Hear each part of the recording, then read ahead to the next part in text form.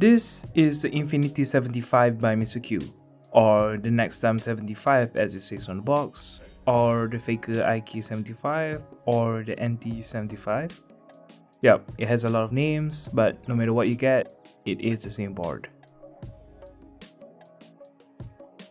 In the box, you got your board, and hey, they sent me a switch.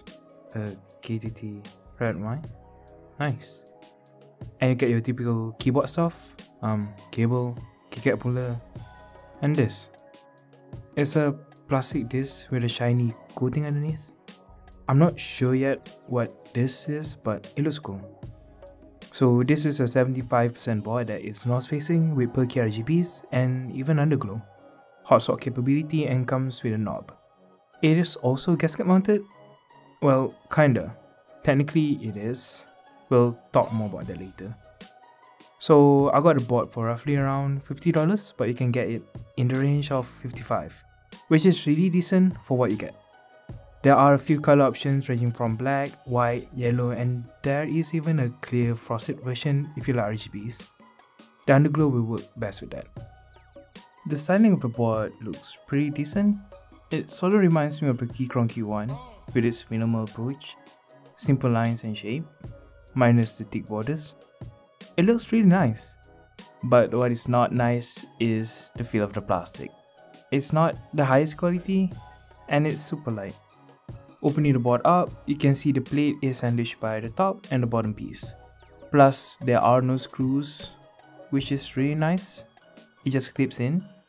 So instead of the normal pour-on gasket that you'll find on typical boards, it's silicone pieces. So technically it is gasket mounted? Well, sort of in a way. But from the looks of it, it's not gonna give a lot of bounce to the plate. There's not even much room to add pour-on strips in between. It's more to a sandwich mount case in my opinion. There is some foam underneath and sand off. I don't really understand why there is stands here, when there is no reason for it to be here. Oh, okay, now I know where this goes. It's for when you don't want to use the knob. I think you have to desolder the knob to use this. Since the board is north facing and I'll be pairing this with some cherry profile switches, I need switches that are free from interference. I found this, the Gateron Blizzard. These are tactile switches with an actuation force of 60 grams, 2mm pre-travel, 3.4mm of total travel, and yellow gold plated spring. The top housing is made out of polycarbonate and the bottom is PA66 nylon. The stems are made from palm. Wait, that sounds familiar. Stock, the switch is a bit scratchy and there is some spring ping. The wobble on the switch is pretty minimal, but I just filmed it with EVA films and looped it with Crytek Soul 5 Grade 0. They are snappy, but not as snappy as Glorious Band does. For the keycaps, I'm gonna be using these double shot ABS GMK Arctic inspired keycaps. Yup, there's a thing going on here. Arctic, Blizzard, White. That's a snowstorm theme right there. Or, if you're a JoJo fan, this is a weather report keyboard. Not a JoJo reference.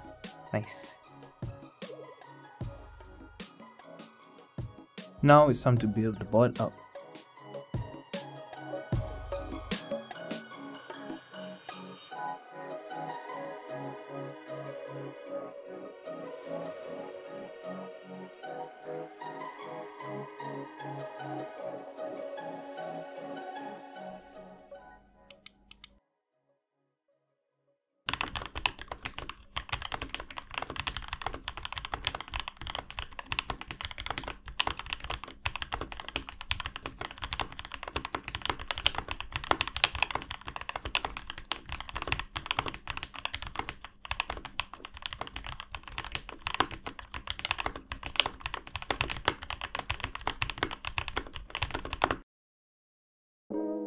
The board stock isn't the worst, but it is a bit hollow though. We need to mod this. I got rid of the sand off and filled the board out with some sound deadening material to make it more hefty, and used modular foam to dampen the harsh sounds. I also used EVA switch pads on the PCB. The stabilizers that come with the board seem like plate mounted Everglides, which is just amazing considering for the price, if it is. It is a bit rattly. There is some loop on it, but I just re-looped it with 205 grade 0, tuned it and holy modded it. I tried using poron strips to replace the silicone gasket, but there is still no space to add flags. Kinda wasted my gaskets. The PCB does support screw-ins for when you want to change to the softer plate. That's a nice option to have. Put it back together and let's hear how it sounds.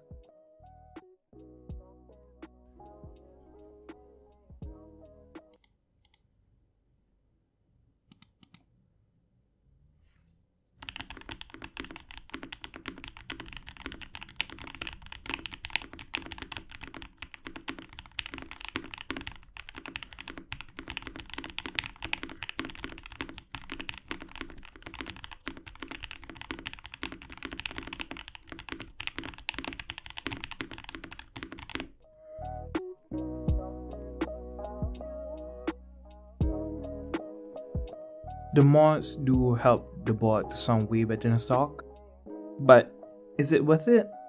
For a board that costs around $50, this seems like a good option if you are looking for a 75% layout. Mainly because there are not many options within this price range for this layout.